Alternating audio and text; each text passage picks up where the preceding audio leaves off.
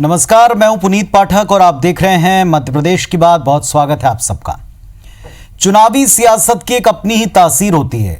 कोई लाख नकारे, लेकिन चुनावी गणित बैठाने में बरसों से कई पैंतरे चले आ रहे हैं, जिन्हें नेता चाहे लाख इनकार करें पर इस्तेमाल करते हैं और कई बार करते हैं।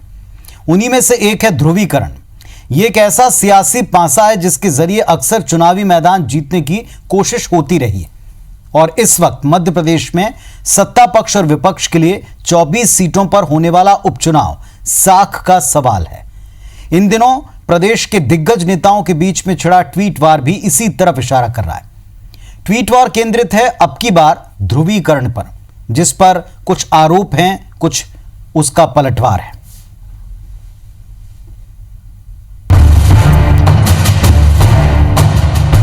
मध्य प्रदेश के पूर्व मंत्री सज्जन सिंह वर्मा का ये ट्वीट साफ इशारा कर रहा है कि प्रदेश में होने वाले उपचुनाव की तैयारी हर स्तर पर जारी है। पार्टी के भीतर दावेदारी तो बाहर पोस्टर वॉर और सोशल मीडिया पर ट्वीट वॉर। सज्जन सिंह वर्मा के इस ट्वीट का निशाना साफ तौर पर भाजपा पर है और खास तौर पर इस ट्वीट को भाजपा महासचिव कैलाश विजयवर्गीय के बीते दिनों आर्टिकल 30 पर ट्वीट से जोड़कर देखा जा रहा है।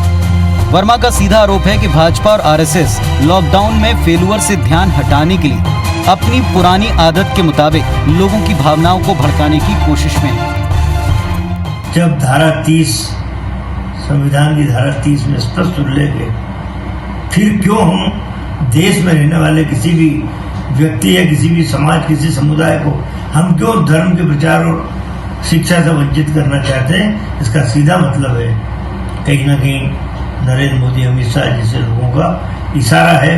ये ध्यान हटाना चाहते हैं लॉकडाउन के फेलियर से।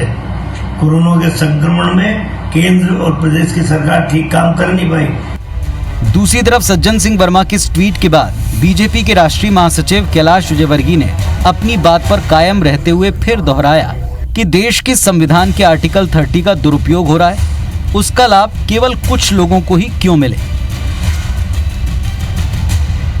आर्टिकल 30 अल्पसंख्यक लोगों को संरक्षण देने के लिए था, किंतु उसके आड़ में जिस तरीके से देश विरोधी गतिविधियां पिछले दिनों सामने आई हैं, तो आर्टिकल 30 के ऊपर समीक्षा होना चाहिए। और ऐसा क्यों कि सिर्फ उसका लाभ कुछ लोगों को ही मिले। यदि आर्टिकल 30 के अंतर्गत अन्य शिक्षण संस्थान भी आए, चाहे बहुसंख्यक समाज के क्यों नहीं, तो उनको लाभ मिले। जब सारे देश का ध्यान कोरोना संक्रमण काल में लॉकडाउन के चलते चौपट हुए अपने उद्योग और रोजगार को बचाने पर है, उस वक्त आखिर कैलाश विजयवर्गीय का आर्टिकल 30 को लेकर उठाया गया सवाल क्या ध्रुवीकरण वाला सियासी पासा है, जिसका जवाब अब सज्जन सिंह वर्मा ने दिया है। वैसे इस बात का फैसला जनता को ही करना है, लेकिन फिलहाल मध्य प्रदेश में उपचुनाव के दौरान इस मुद्दे पर सियासत गरमाने के पूरे आसार हैं। सुधीर दंडोतिया, IBC 24 भोपाल। तो बड़ा प्रश्न आज का यही है कि सांप्रदायिकता को आखिरकार कौन प्रासंगिक बना रहा है, कौन सांप्रदायिकता को या उसके जरिए होने वाले ध्रुवीकरण को एक टूल की तरह इस चुनाव में इस्तेमाल करना चाहता है। क्या ये आरोप सच हैं कि सरकारों के फेलुअर या व्यवस्थाओं के फेलुअर को अब इस तरह के छद्म मुद्दों से ढकने की कोशिश है, या दूसरी तरफ जो तर्क दिया गया कि मुद्दा असल है, पुराना है और पुरानी चीजें जो नासूर की तरह कई दफा नुकसान पहुंचाती रही हैं, उनको क्यों ना दूर किया जाए, आखिर कब तक इस पर मौन रहा जाए। क्या इसकी टाइमिंग सियासी है या मुद्दा ही सियासी है, इस पर भी बात करेंगे। हमारे साथ इस वक्त जुड़े हुए हैं PC शर्मा साहब, कांग्रेस पार्टी के कद्दावर नेता और पूर्व मंत्री हैं मध्य प्रदेश शासन के। शर्मा जी नमस्कार, बहुत स्वागत है आपका इस मंच पर। ये जो मुद्दा उठा है, जिसके बारे में ट्वीट किया है आप ही के साथी ने, उन्होंने कहा कि सांप्रदायिकता के जहर से थोड़ा बचकर रहना चाहिए प्रदेश के लोगों को। क्या पार्टी लाइन पूरी तरह उनके साथ है? क्या पूरी तरह निशाना बीजेपी पर और बीजेपी महासचिव पर है और उनके इस ट्वीट पर है जिसमें आर्टिकल 30 का उन्होंने उल्लेख किया, उसकी प्रासंगिकता पर सवाल उठाएं?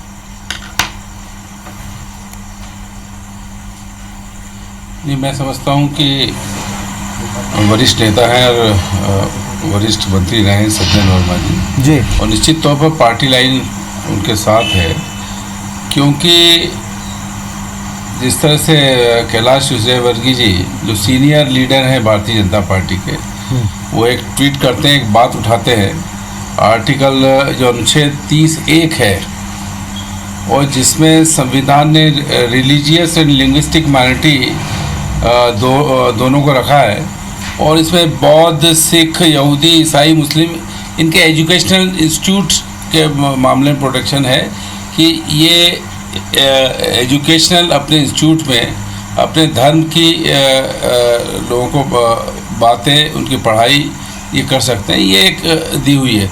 और ये बाबा साहब संविधान का बनाया, बाबा साहब अम्बेडकर का बनाया हुआ संविधान है, और ये देश की आज़ादी में जो निचोड़ आया, स्वतंत्रता संग्राम सेनानी जो 10-10, 15-15 साल जेल में रहे अंग्रेजों की, उसके बाद जो निचोड़ आया उससे ये संविधान बना, और बाबा साहब अम्बेडकर ने इसको बनाया।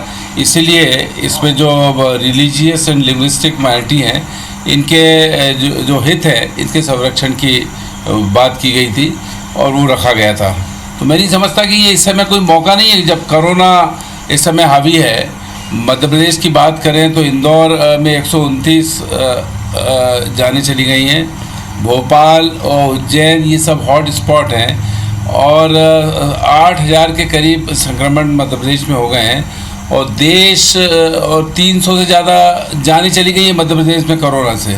लोगों को बराबर, गरीबों को राशन नहीं मिल रहा है, नौकरियां चली गई हैं, लोग बेरोजगार हो गए हैं 12 करोड़ हिंदुस्तान के अंदर, और देश में 1,75,000 के आसपास संक्रमण हो गए हैं, 5,000 के आसपास जाने चली गई। इस समय जिस समय हम सब हमारे कारखाने बंद हो गए, मजदूर बेरोजगार हो गए हैं, उस समय इस मुद्दे को उठाना मैं नहीं समझता कोई प्रासंगिक है। पीसी शर्मा जी, मेरा एक सीधा प्रश्न है आपसे, एक सीधा प्रश्न है आपसे। मतलब क्या? इसका मतलब आप माइंड डाइवर्ट करना चाहते हैं? जी बिल्कुल, मेरा एक सीधा प्रश्न है, उससे डाइवर्ट कर रहे हैं। मेरा एक सीधा सवाल था, क्या ये जो मुद्दा है इससे ही आप गैर जरूरी समझते हैं, या इसकी टाइमिंग ऐसी है कि इसके ध्रुवीकरण का लाभ बीजेपी को होगा? ये मुद्दा ही गलत है, या कई बार ऐसा होता है, कई चीज़ों पर देश में भी एक बड़ा हिस्सा ये सोचता है कि अगर कोई चीज़ें गलत थी या एक टाइम पर सही थी, आज उनका कोई औचित्य नहीं है, आज उनका मिसयूज़ ज़्यादा हो रहा है, तो क्यों ना उन पर विचार करके उनको बदला जाए या उनको परिवर्तित किया जाए। तो क्या ये मुद्दा ही आपकी तरफ से खारिज होता है, पार्टी की तरफ से, या ये टाइमिंग जो है पूरी तरह भरपूर सियासी? नहीं,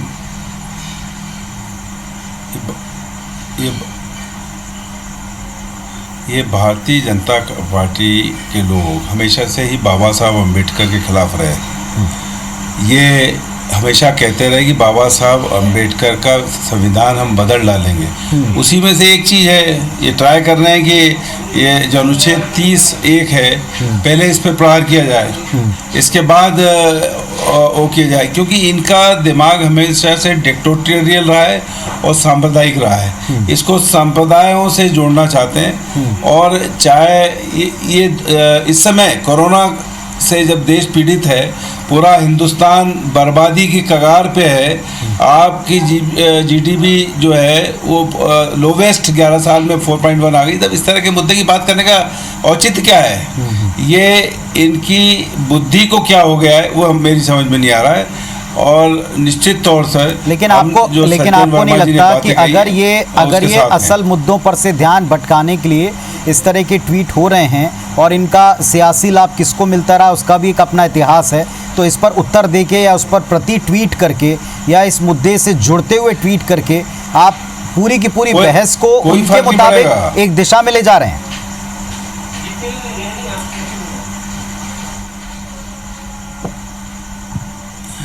कोई फर्क नहीं पड़ेगा। इस समय आदमी को लग रहा है उसका पेट कैसे भरे, ठीक है, उसके बच्चों का पेट कैसे भरे, कैसे जो प्रवासी मजदूर है वो घर पहुंचे, कैसे लोगों के रोजगार शुरू हो। जो 12 करोड़ रोजगार हिंदुस्तान के चले गए हैं, ठीक है, वो रोजगार लोग, इस पे है ध्यान, इनकी बातों पर कोई ध्यान नहीं देगा। चलिए, मोहन यादव साहब भारतीय जनता पार्टी के जनप्रतिनिधि विधायक महोदय हमारे साथ जुड़ गए हैं। मोहन जी नमस्कार, आपका भी स्वागत है इस मंच पर।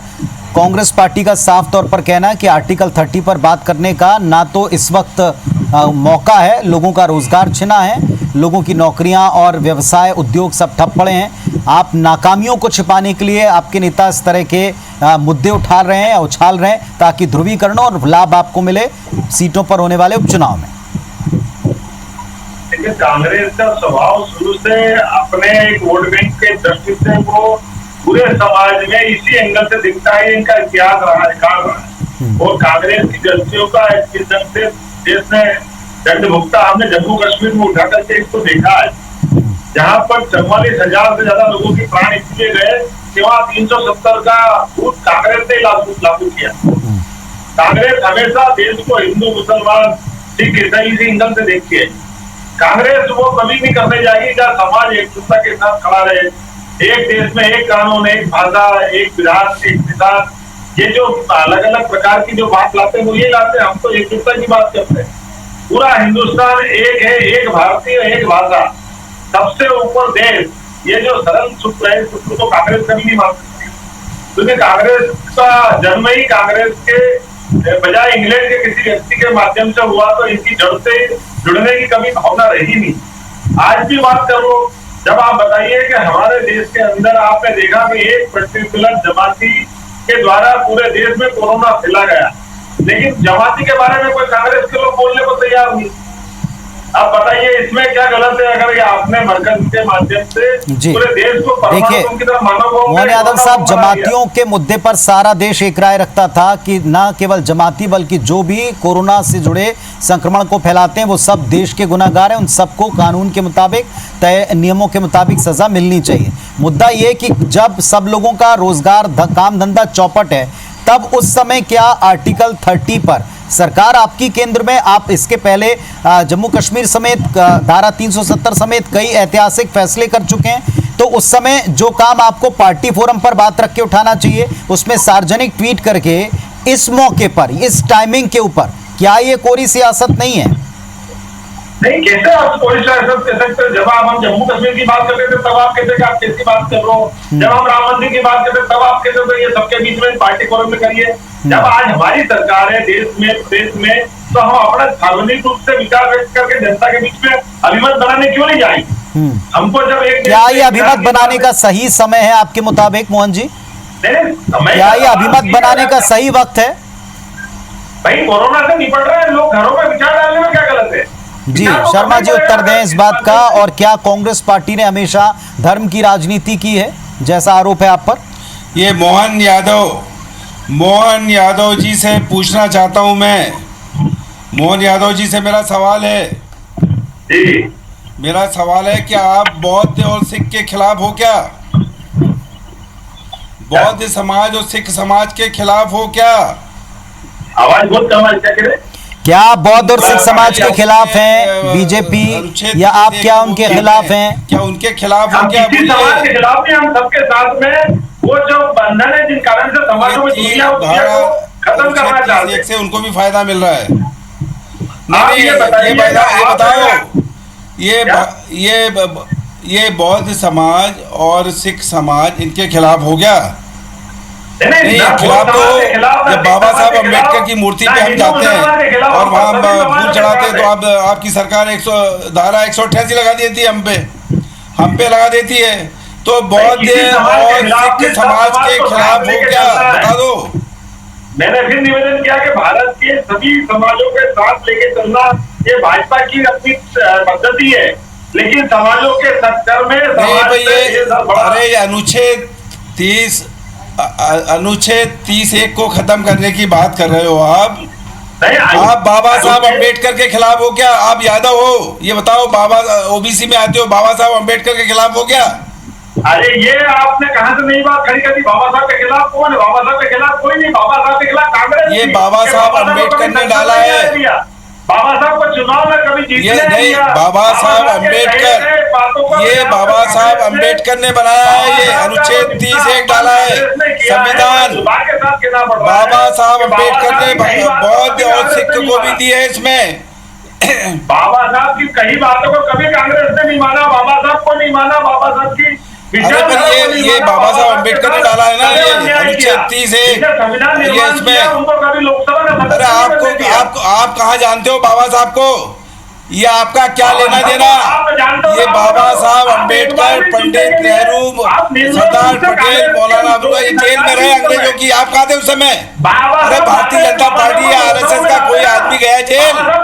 कोई जेल गया? अंग्रेजों की जेल गया? चलिए थोड़ा सा पीसी शर्मा जी और मोहन यादव साहब हो रही थी, लोग जेल जा रहे थे। आदरणीय पीसी शर्मा जी और मोहन यादव साहब थोड़ा सा मुद्दे पर स्टिक रहते हैं। मूल मुद्दा यह है कि क्या ये जो ट्वीट वार छिड़ा हुआ है ये इस समय प्रासंगिक है? क्या इस समय जो सरकारों का या पार्टियों का दायित्व होना चाहिए क्या उस लाइन से मैच करता है? क्या ये बहस, क्या ये मुद्दा इस टाइम के लिए जरूरी है? ये थोड़ी बात थी।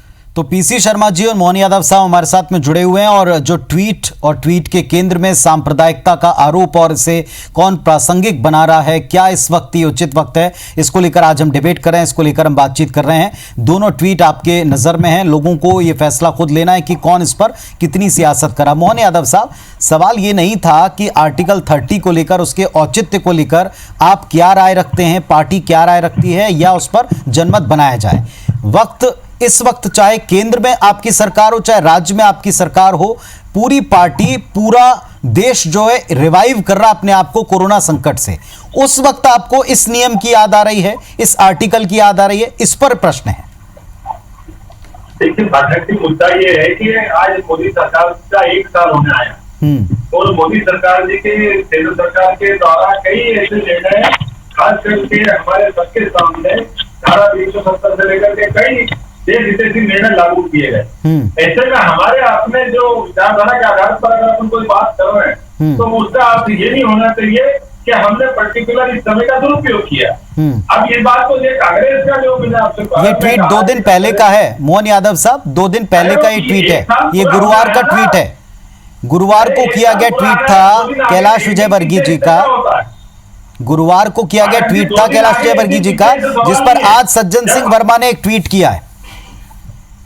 देखो, सज्जन सिंह वर्मा जी का धर्म है, कांग्रेस का धर्म है, माननीय पीसी शर्मा जी का धर्म है, वो निश्चित रूप से उनके पास की बात करेंगे, लेकिन हमारी आपकी जो लाइन है वो तो हमको करने का अधिकार है ना, उसको हमको क्यों रोक रहे हैं? हमने कहा कि हमारी अपनी जिस आइडियोलॉजी के आधार पर हम अपनी इस विचारधारा के आधार पर यहाँ तक जब तक भाजपा में तभी कांग्रेस पार्टी का आरोप है कि आप ध्रुवीकरण की राजनीति करके चुनाव में लाभ लेना चाहते हैं, क्योंकि दोनों स्तर पर वो सरकारों को नाकाम देखते हैं, ये उनका आरोप है। कांग्रेस तो हमको शुरू से जो मर्जी कांग्रेस बोलती रही, जनता उसको माने तब ना। कांग्रेस ने कब हमको छोड़ा है? कांग्रेस की एक मुश्किल यही है, कांग्रेस क्या कहना चाहती कांग्रेस ही नहीं जानती। अब कांग्रेस कुछ भी कहेंगे हम उसको, उसके बारे में हम क्या टिप्पणी करें? ठीक है पीसी शर्मा साहब, ये सवाल मैंने आपसे पहले भी पूछा था, फिर दोहराता हूं। अगर सांप्रदायिकता या ध्रुवीकरण की कोशिश हो रही है तो एक ट्वीट के जवाब में जब आप दोबारा ट्वीट कर रहे हैं तो आप कहीं उसमें ट्रैप तो होते नहीं जा रहे हैं? अब बहस और इसके आने वाली तमाम बहसें इसी विषय के ऊपर होंगी, तो फिर सरकारों के काम, इस समय किए गए प्रयास, इस समय दिया जाने वाला ध्यान जिस मुद्दे पर होना चाहिए वो सबसे पूरा फोकस हटके इस डिबेट पर आ जाएगा या इस तरह की बहस पर आएगा?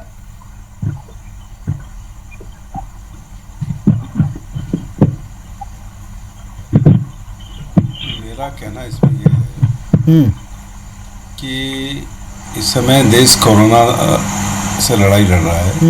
हिंदुस्तान 2 महीने से लॉकडाउन है, सब काम धंधे बंद है, गरीब मजदूर को काम नहीं मिल रहा है, उसको राशन मिल नहीं पा रहा है। ये सब चीज़ें मिलके सब कर रहे हैं, शासन भी कर रहा है और NGOs कर रहे हैं। उस समय इस बात को उठाने की वजह क्योंकि मध्य प्रदेश में सरकार बीजेपी की, केंद्र में मोदी जी की सरकार, ये कर सकते हैं ना, कौन रोक रहा है? इस पर ट्वीटों की क्या जरूरत है? और इस समय, और दूसरा ये सुप्रीम कोर्ट में चैलेंज करो ना, संविधान है बाबा साहब अम्बेडकर ने बनाया है, इसको वहाँ चैलेंज करो सुप्रीम कोर्ट में, वहाँ से ऑर्डर ले आइए या पार्लियामेंट में ले आइए।